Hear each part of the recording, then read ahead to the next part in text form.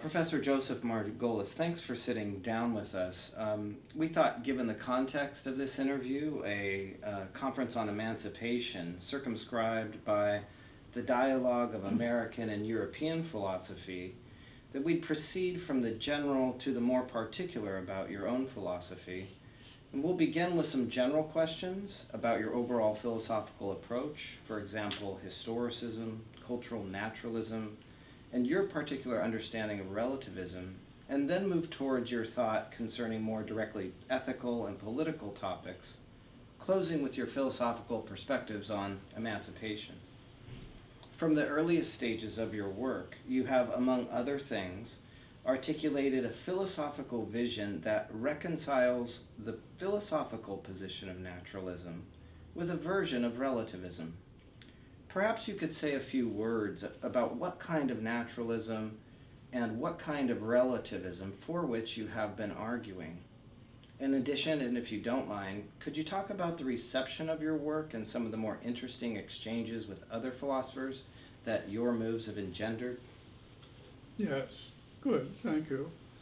I think I would want to begin with the notion that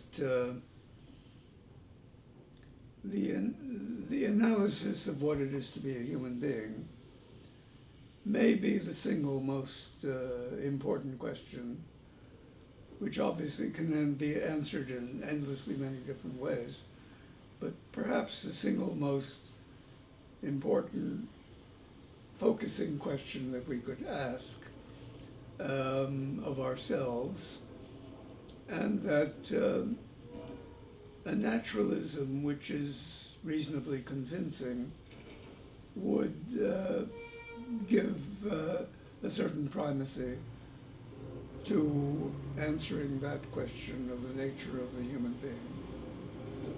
So that although there may be theories of human nature, let's say, which are not naturalistic, I don't think a naturalistic theory would make much sense without providing some distinctive account of what it is to be a human being. Along those lines, I've favored a heterodox view, which touches on the other questions you have in mind, namely that while the human being as Homo sapiens is what I would call a natural kind, the human person is not a natural kind, but rather an artifact of human culture, a transformation of the natural primate, Homo sapiens, into a person. And in that sense, a naturalism which would be persuasive from my point of view would want to treat both the primate and the person as natural creatures, though the primate is a natural kind creature and the person is an artifactual natural kind creature, so to say. So I think there is a kind of asymmetry between the way in which we treat the human primate and the human person. The persons are, in my view, as I say, artifactual transforms of a natural kind creature, namely Homo sapiens. But persons are complex creatures that cannot exist except as incarnate in what we could call a natural kind creature, Homo sapiens. That's a problematic view, and complex, of course, but I think it has resources that are surprisingly flexible, and that just about all the important questions in philosophy seem to me to be affected in a distinctive way by taking a stand on this kind of a theory. Okay, and so does this hook up with your use of the term relativism? yes and no. It does in the sense that it's compatible with relativism. But I think the question of relativism is centered less on the question of what a human person is like metaphysically, as on questions of what we can know and what we may claim is true, and matters of that kind. And my conviction is that knowledge is inherently informal. I'm opposed to the Kantian idea that there is a determinate way of characterizing cognitive judgments, and that the informality of inquiry of any kind is best accounted for in terms of a tolerance of relativistic alternatives. Excuse my voice, it's breaking up. But what I mean by that is, if you give up foundationalism or cognitive privilege, if you agree that cognitive questions generate self-referential paradoxes, if you hold that determinacy in judgment, cognitive judgment, has to yield ground to vagueness, to reliance on guesswork of certain kinds, or resources that we are not even aware of are called into play, then it's a foregone conclusion that we can't expect to get a uniquely valid answer to questions about knowledge and truth. That's the general and loose formulation of the need for tolerance of relativism, as I understand it. But one can always ask narrower questions. Someone will ask, inevitably, isn't relativism self-contradictory, or something of this kind? And I agree that if one held either of two positions, it would be incoherent. One, that the same proposition can be both true and false. That would be contradictory, and a relativism which allowed that possibility wouldn't be worth very much. And the second is if one conceded in the direction of Plato's Theaetetus that true, rightly understood, means true for X, for some cognitive agent or other, but not otherwise. Then it turns out that what is true for X may be false for Y. And you relativize the application of the truth predicate in such a way that you can never say that these two people hold different positions, because that claim will itself be relativized in the same way. And this produces insoluble paradoxes. So I give up both of those views, and I say that the only way to defend relativism in the strong sense that one wants to, if one wants to at all, is to admit truth-like values that are logically weaker than the binary values, true-false. So if you allow, for example, reasonableness or plausibility or aptness under these or those conditions, something of that kind, then you at least provide a basis on which one could say these competing views are not compatible if they were combined in a single inclusive formulation. Call that a kind of either incommensurability or incompatibility.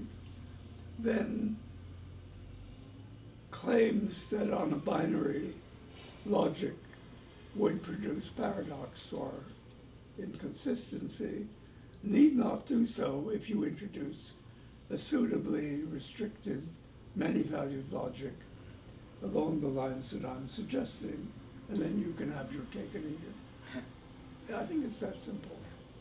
And have you found the reception of your work to be as perhaps in the spirit of the call for tolerance that generates your own position? Or? Frankly, I think mainstream philosophy is increasingly tolerating some concessions to relativism. I think the strong programs of Charles Peirce and John Dewey are clearly making concessions in a direction that are either relativistic or at least hospitable to relativistic alternatives. Yes. And I think the flux of nature of pragmatism couldn't hold the line against relativism, even if one wanted it to. So I feel as though that part of the issue has really been answered, and there are people who keep repeating the old chestnuts about Aristotle's view or Plato's view against relativism, which have almost no bearing on the way in which the question is reviewed, it seems to me, at the present time.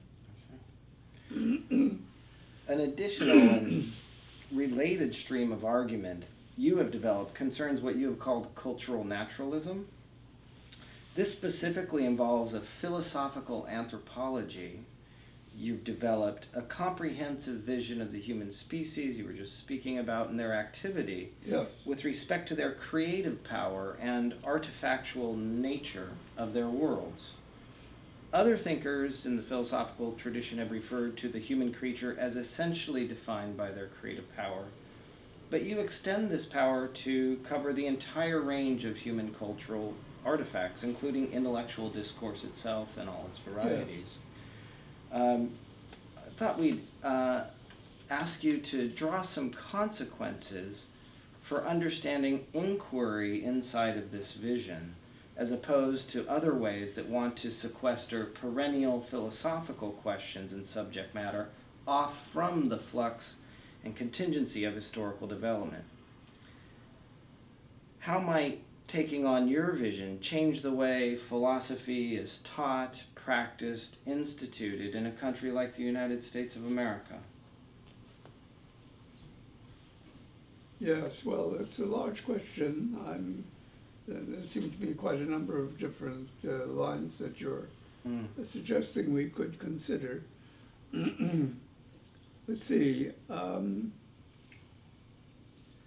I would want to emphasize, first of all, that cultural phenomena exhibit distinctive properties that don't appear in a world described in purely material or physical terms, and that the cultural world can't be reduced to a world described solely in terms of material or physical terms. In particular, I think what we loosely call intentionality, which is usually associated with philosophy of mind, let's say, as well as the theory of language, is inadequate because it's formulated primarily in terms of roughly the grammar of certain kinds of sentences. Whereas what I want to emphasize is that the category cultural has to do with a certain kind of mode of being, so to say. And the general view that I take is that cultural phenomena like persons cannot exist except incarnate or embodied in some kind of material substrate. And that therefore cultural phenomena are more complex than merely physical phenomena, because whatever traits can appear at the material level can serve as part of the medium in terms of which cultural phenomena are incarnate. So I correspondingly introduce the term of art, which I call intentionality, that I write with a capital I.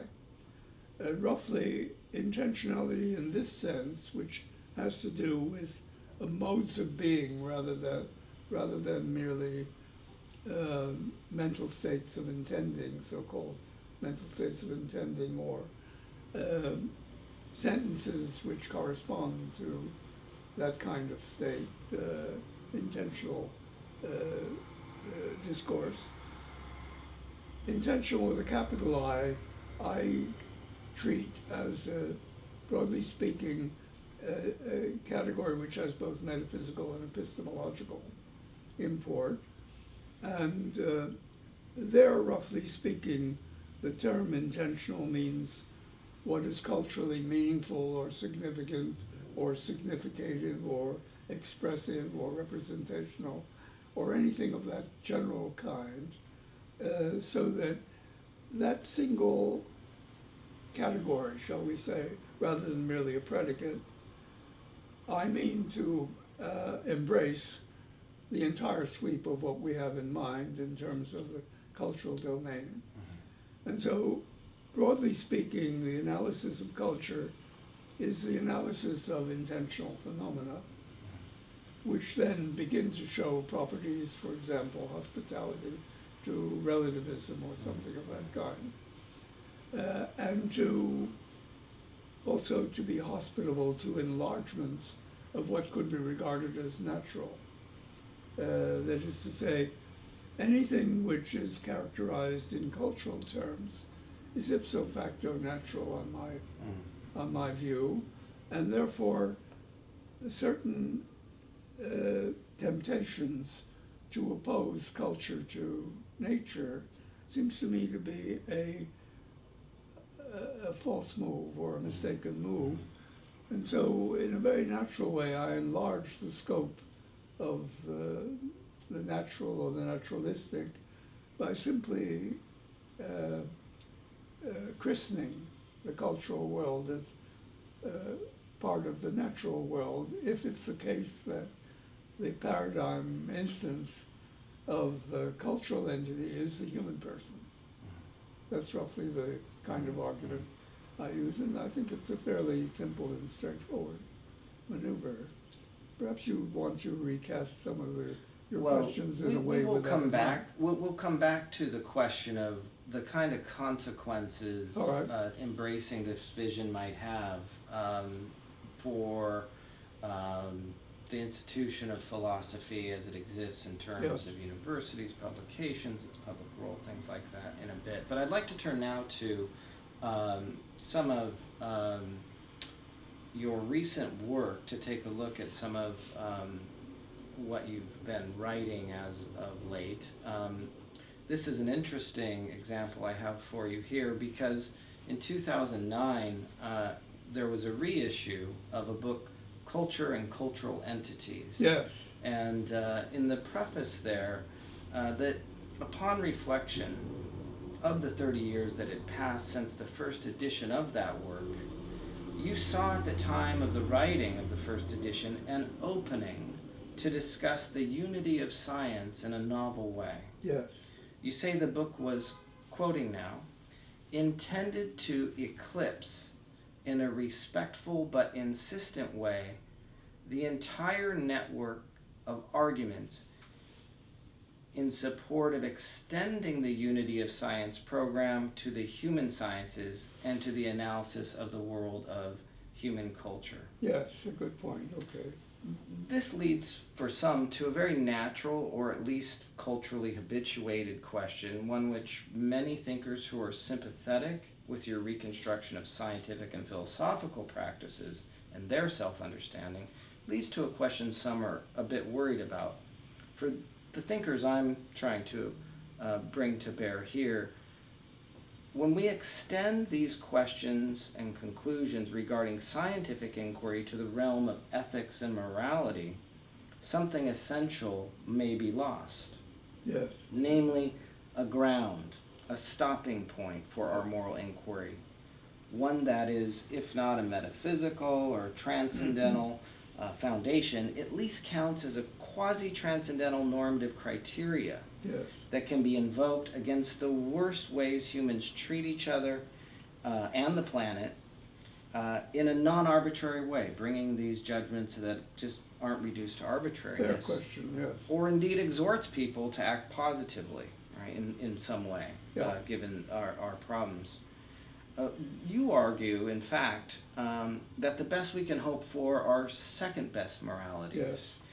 Perhaps you could describe what you mean by a second best morality and what the consequences would be for Good. ethical and moral philosophy today. I'll answer your question first, Okay. but I'd like to relate it to the unity of science issue, Correct. which I think is also involved from Mhm. what you were citing a moment ago. If one agrees with me that the human person is an artifact, then I claim that it follows directly that moral norms cannot be discovered. That is to say, not discovered by any examination of human nature, because the biological will be inadequate. And if you rely on the life of the human person, then if it is artifactual, then norms will simply reflect the form of Bildung that the human person is, so to say, affected by in terms of mastering its language and the culture that that language subtends. I take it that what I mean by second best is almost literally what Plato says in The Statesman, that the human herd, he treats the human being as a herd animal, the human herd has to rule itself, but doesn't know how to do it because it doesn't know how to discover what the norms, the right norms are by which self-government is affected.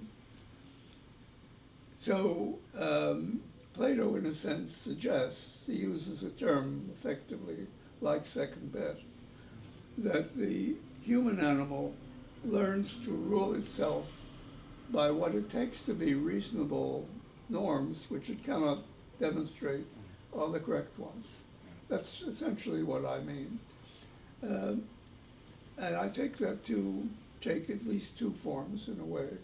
One is that norms of every kind, including moral norms, are essentially sittlich, that is customary or related through the way in which the human being has been reared. So that whatever turns out to be a successful way of enculturing human beings, infants, turns out to be provisionally viable as a set of operative moral and other kinds of norms. So that would be a way of explaining second best moralities. I don't say that all second best moralities are adequate, but I say that it's the way in which we start to raise moral questions. And the second phase of that is that whatever alterations we propose for any sittlich pattern, we imagine will be made plausible if it can in time claim sittlich standing itself. And that the best we can do then is to work with the values that we are introduced to in the process of transforming the human primate into the human person. I think there are constraints of a reasonable kind that can be imposed, but those will all be in my view, second best. And the problem then is to compose a kind of plausible account of what is either drawn from the sittlich or projected beyond it with the expectation that it will itself become part of the second nature of the creature that is thus educated, we might say, reared. So that takes care of that. And of course, if such a picture were reasonably accurate, then first of all, we'd have no reason to believe there was any convergence towards any uniquely valid moral norm. And secondly, there would be a kind of natural tolerance for relativistic or pluralistic divergences along these lines, which is the state of affairs that we find ourselves living in. So roughly that part of the question, I think, it doesn't seem to generate paradoxes when you see what's at stake. And it seems to me to be eminently plausible. For example, it's congruent with the idea that it doesn't make sense to think of moral norms as changeless and therefore not particularly related to the historical circumstances under which we're trying to judge what makes sense to support. Now on the unity of science matter, which seems to me to be at stake here, I'd say the following. I think it makes more sense to think of the natural sciences as human sciences than to think of the human sciences as natural sciences or physical sciences. So I think of physics as a restriction of the vocabulary of the human sciences for purposes of prediction, technological control, unity of explanation, and so on. And therefore, we get rid of all of the artificial maneuvers that the unity of science people typically favor in order to make their theory come out right. Roughly, that's the strategy that I use. You mentioned two German terms, Bildung and Sichtlich, and I take that some of your understanding of that comes from your reading of Hegel. Yes. And one of the more interesting developments in the past 3 decades is the reawakening of interest in Hegel as a thinker in the analytic community. Rorty's famous reference to McDowell, Brandom, and Sellers before them as the Pittsburgh neo-Hegelians marks this movement in typical Rortyan fashion. Yeah. You have written more recently that your own inquiries have led you to investigate deeper the philosophical passage from Kant to Hegel. In fact, you claim this passage as one of the apexes of philosophical reflection as a resource for philosophy today. Would you mind saying what you mean when you appeal to this historical period in such a laudatory way, especially when, for many in 20th and 21st century philosophy, still today, philosophy only really began to make progress with Frege and the linguistic turn? So Yes. You might say something about that. I'll try to. Yeah. Let me start by saying that there's no doubt in my mind that the single most important figure in modern philosophy, if we, let's say, start with either Galileo Descartes or Kant, let us say, that the most important figure is Kant. And I think that the problem with dealing with Kant is no one seems to believe that Kant makes his case, but no one knows exactly what to offer as a modification of Kant in order to make it defensible and plausible, and also not emasculated in terms of its distinctive argument.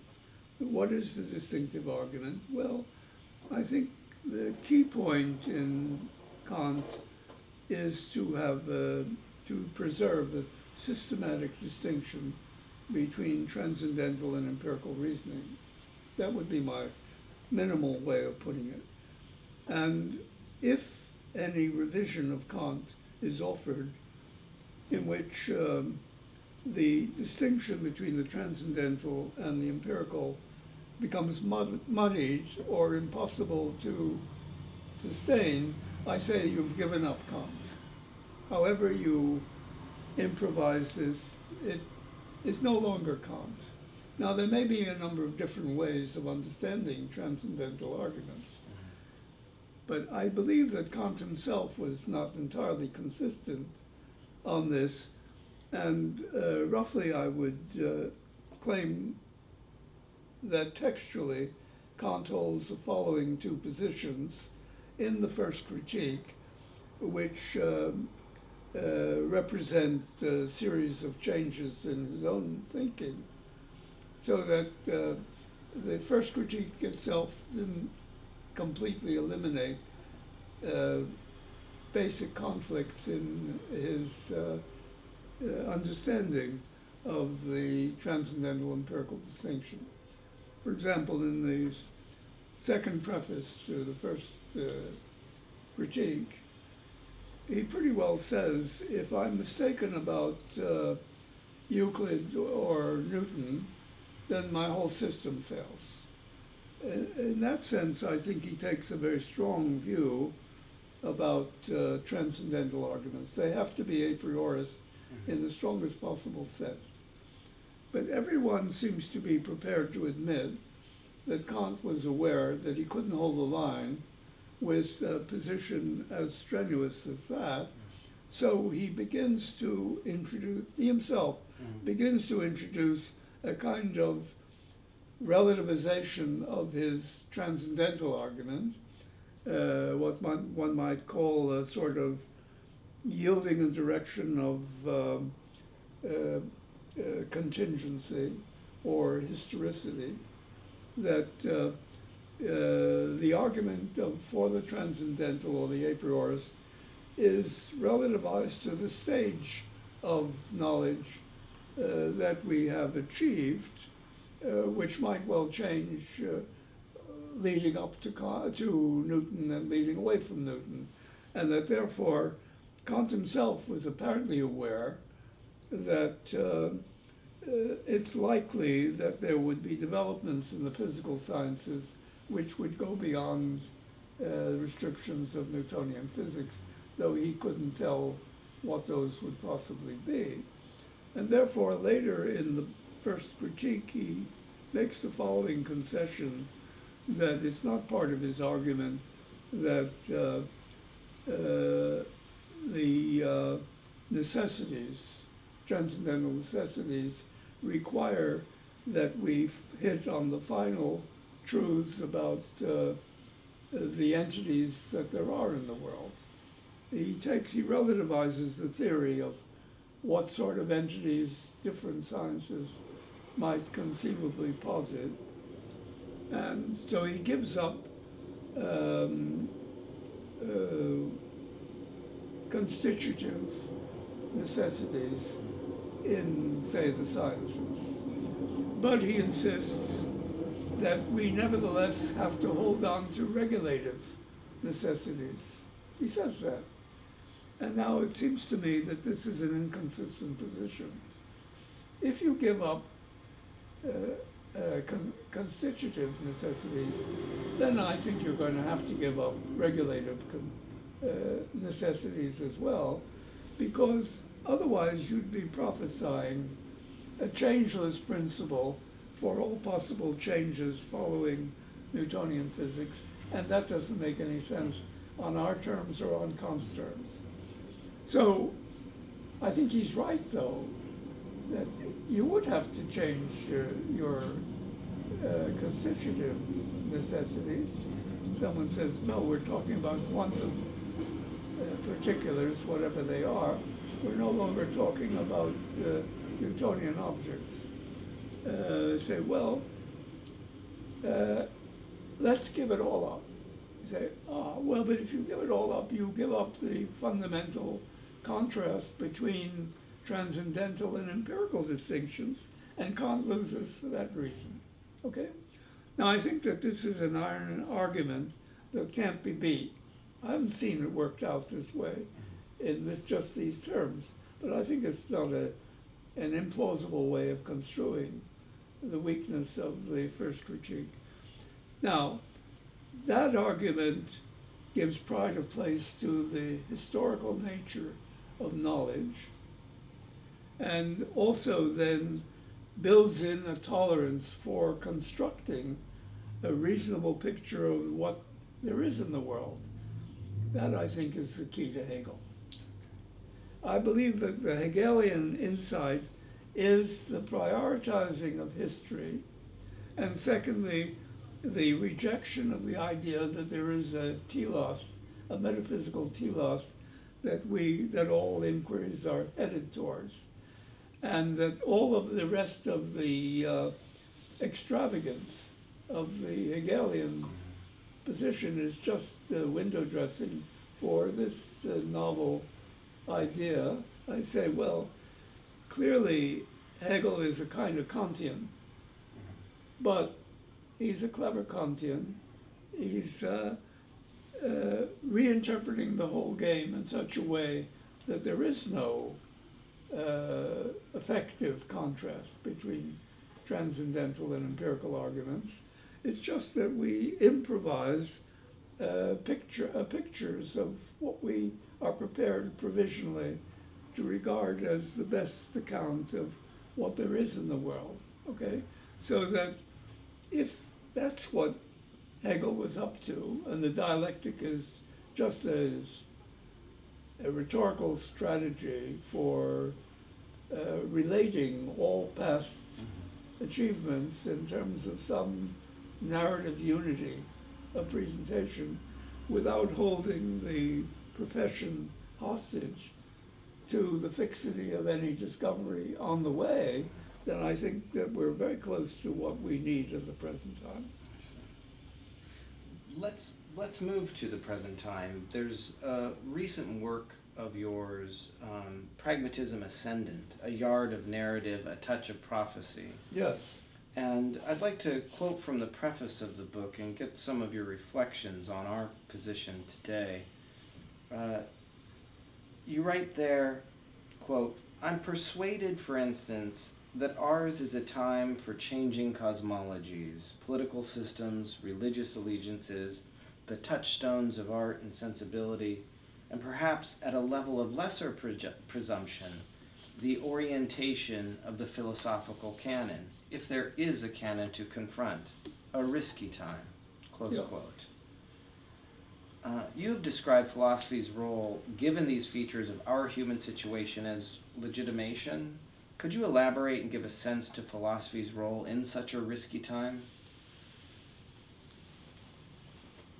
I think that probably requires a closer discussion of, say, questions of truth and questions of normative value, at least that, which of course is the classic minima of the Kantian enterprise.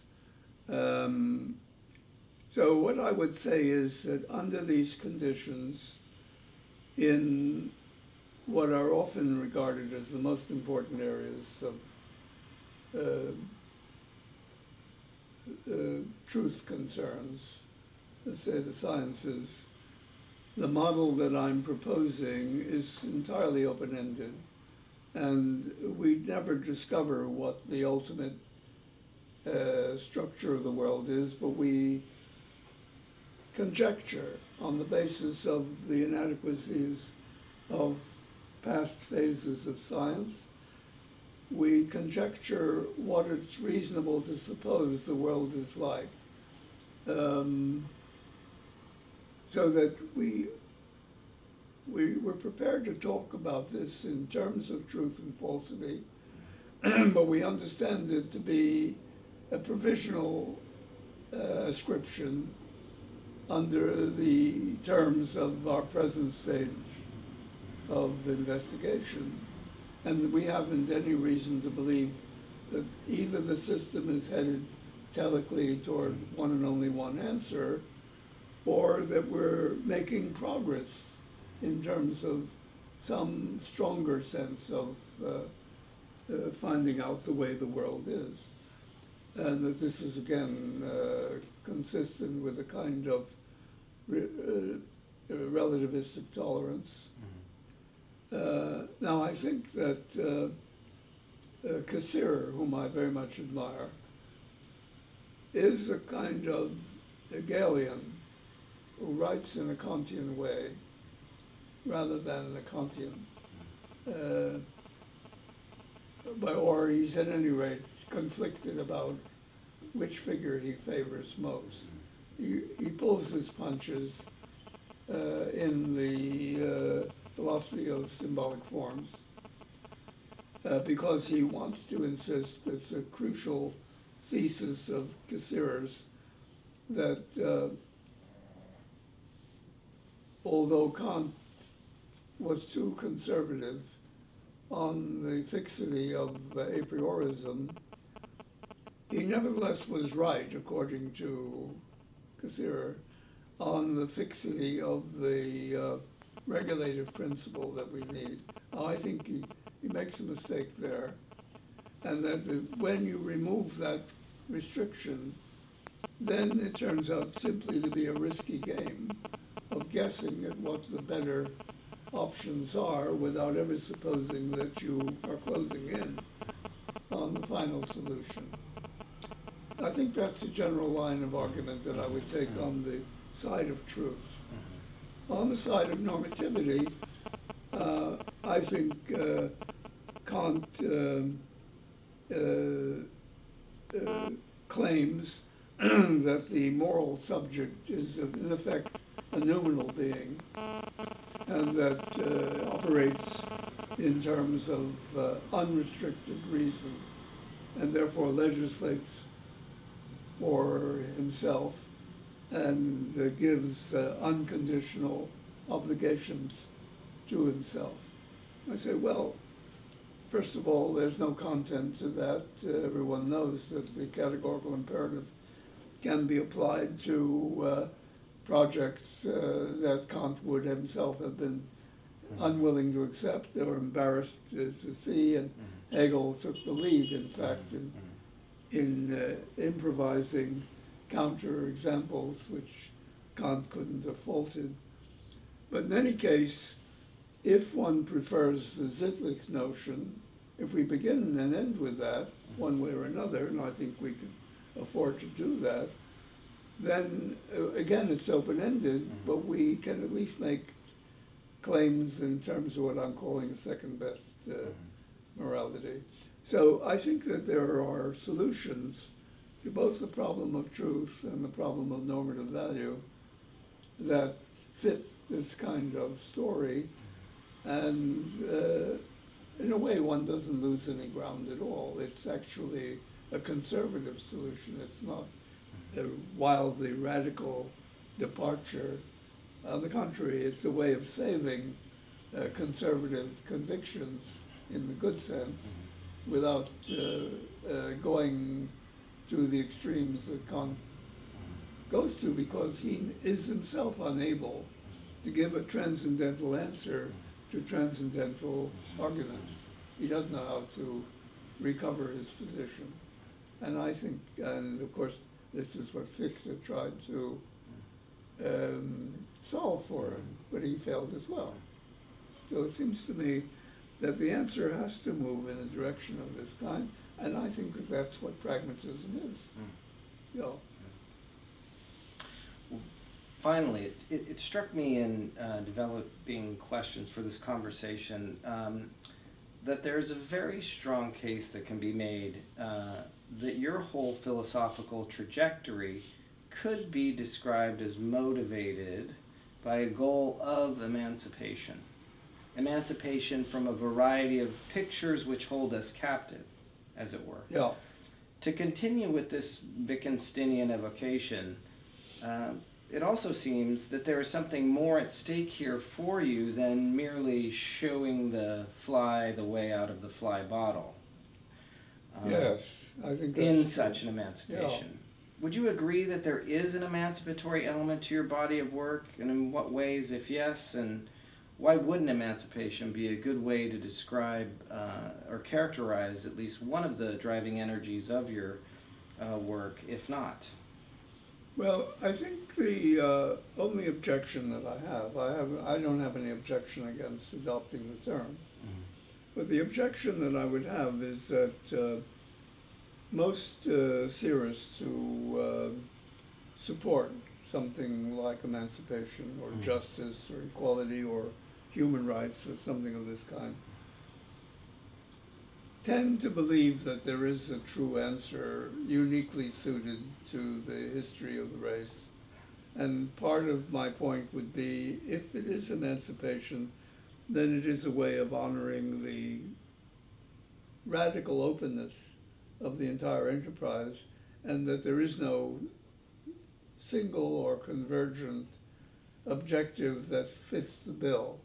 That whatever turns out to be the answer has to be congruent with shifting winds of historical existence, and that if my opponents who hold a more sanguine view about filling the blank in, would agree to this, then there would be no quarrel at all. I just am reluctant to characterize the enterprise in such a way that say, well, now you've made the concession, but I would like to see whether the people who hold the opposite view would admit that there isn't anything to be discovered, but there is something to be proposed or invented, and there we're just experimenting with options that seem in a certain way to be more sensibly attuned to the problems that we're facing, that kind of thing. Yeah. Well, thank you very much for sitting down with us today. It's Thank been you. a great opportunity to discuss some deep and profound philosophical questions you've treated for some time now. So thank you very much. Thank you.